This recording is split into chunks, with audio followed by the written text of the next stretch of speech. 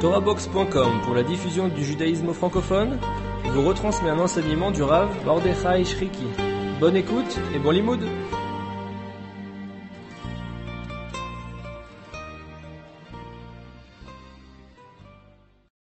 Il existe deux approches pour comprendre la Torah. Il y a une approche qu'on appelle une approche anthropocentrique, c'est l'homme au centre, on voit la Torah par rapport à l'homme, et il y a une approche théocentrique où Dieu est au centre. Bien sûr, vous allez dire que ça revient en même, mais vous allez voir la différence tout de suite. Le rôle des commentateurs, la majorité des commentateurs, explique la Torah par rapport à notre sens à nous, un sens rationnel. Entre autres, Maïmonide est le précurseur de cette voie, mais en vérité, avant lui, tous les maîtres de la Torah ont essayé de nous expliquer à un niveau rationnel le sens de la Torah. Bien sûr, qu'est-ce qu'il y a dans la Torah? Il y a des histoires et il y a des commandements. Des histoires, à savoir, il y a Caïn et Hevel, par exemple, la première histoire que nous connaissons. Bon, il y a le récit d'Adam Arishon, la faute d'Adam. Ensuite, il y a Caïn et Hevel. Il y a la mort de Hevel par son frère Caïn. Ensuite, bon, je saute, il y a le déluge avec l'arche de Noé, Abraham, Yitzhak, Yaakov, etc. En vérité, toutes ces histoires, il ne s'agit pas de nous raconter des histoires dans la Bible. Le Marchou Rabbi Chaim Vital, qui est un grand maître de la Kabbalah, nous dit dans son introduction de Etzraïm, au nom de son maître, le Harizal, que ceux qui pensent que la Torah est un livre d'histoire, c'est au fait l'erreur la plus grave qu'ils puissent commettre envers Dieu. De dire que la Torah est un livre d'histoire est une erreur flagrante.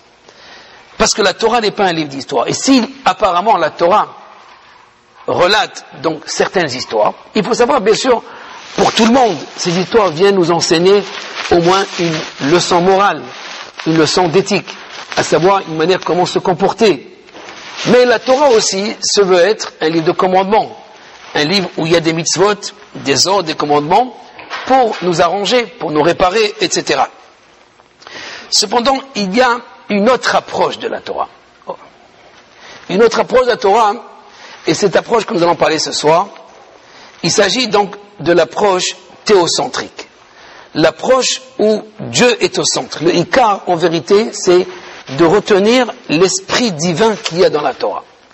C'est-à-dire, on peut comprendre la sortie d'Égypte par rapport à un peuple qui était en Égypte à cause d'une faute, d'une erreur, et ensuite il y a une sortie d'Égypte. Il y a une sortie, et après cette sortie, en résulte une fête qu'on appelle la fête de Pessah.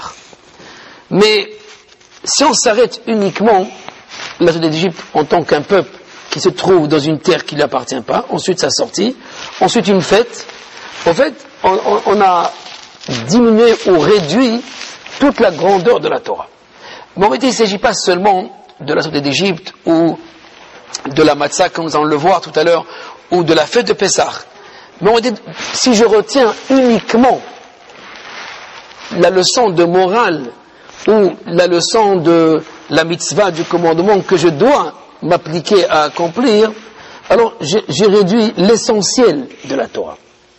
Parce qu'en vérité, dans cette approche que j'appelle l'approche théocentrique, il y a un esprit de Dieu, il y a une volonté de Dieu, bien sûr qui s'exprime à travers une mitzvah, un commandement, ou à travers une histoire. Mais avant qu'elle s'inscrive dans un sens historique ou de commandement, elle représente quelque chose. Et ce quelque chose que nous allons essayer donc de déceler à partir donc d'un exemple, puisque nous sommes à la veille de Pessah, nous parlerons donc de la sortie d'Égypte. Mais avant tout, ces deux approches, comme j'ai dit tout à l'heure, l'approche théocentrique, l'approche anthropocentrique, l'homme au centre, Dieu au centre, si je cherche uniquement l'homme par rapport aux mitzvot, par rapport à la Torah, la Torah a été donnée aux hommes, et ça les concerne. Mais la Torah est éternelle aussi. Si la Torah, la semaine dernière, nous avons lu, la Torah nous interdit de manger le hazir, le porc, de manger le gamal, le chameau. Alors, dans quelques années, ou dans une centaine d'années, ou dans 300 ans, ou dans 1000 ans, que va signifier pour nous le porc, ou le mouton, ce qui est permis de manger par exemple? Au fait, si il y a des permis et des interdits, c'est par rapport à notre situation à nous, c'est par rapport à notre histoire à nous. Mais bien sûr, la Torah, elle s'inscrit d'abord dans un monde de l'éternité. Et ensuite, elle rentre dans la temporalité. On rentre dans la temporalité, elle épouse les différents événements et les différents aspects de ce monde.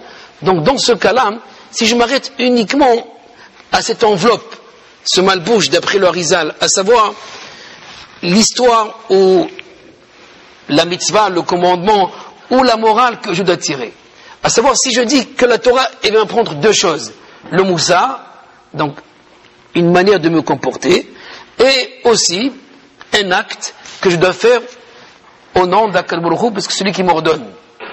En vérité, même l'acte que Akadosh Baruch Hu m'ordonne de faire en tant que mitzvah, d'après le Rambam, c'est aussi pour arranger les hommes. Le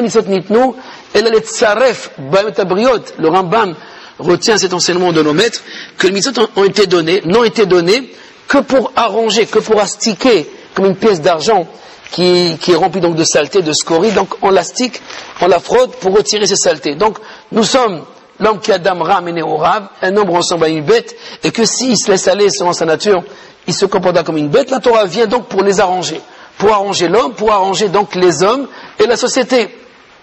Mais en vérité, ça c'est un aspect de la Torah. C'est un aspect de la Torah et qui est retenu par l'Europe, par la majorité des maîtres d'Israël, puisque c'est ce que nous retenons dans la Torah. Mais pour ceux qui vont approfondir la Torah reflète aussi un autre aspect, et je dirais l'aspect, comme tout à l'heure, l'aspect ultime, l'aspect essentiel même de la Torah, et ce qu'on appelle l'aspect ésotérique, la pnimiout de la Torah. Il y a la chitsoniout de la Torah, il y a la pnimiout de la Torah, mais le rov des gens vont suivre la chitsoniout, donc l'extériorité, l'aspect qui est rationnel, ce que je comprends, à savoir une mitzvah, un commandement pour m'arranger, pour ne vole pas, ne convoite pas, etc. Donc même dans le commandement, il y a bien entendu un comportement moral. Bien entendu, il y a des mitzvot qu'on ne comprend pas, qui ne sont pas rationnels, comme dit le Rambam.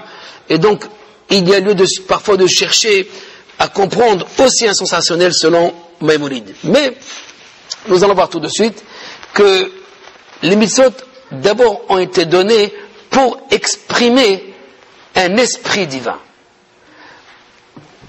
Exprimer un esprit divin, cela veut dire quelque chose, au fait, au-delà de notre entendement. C'est vrai que nos maîtres, nos patriarches, plutôt nos pères, sous le Har Sinaï, ne voulaient pas de cette Torah qui va uniquement se tourner vers Dieu. Ils veulent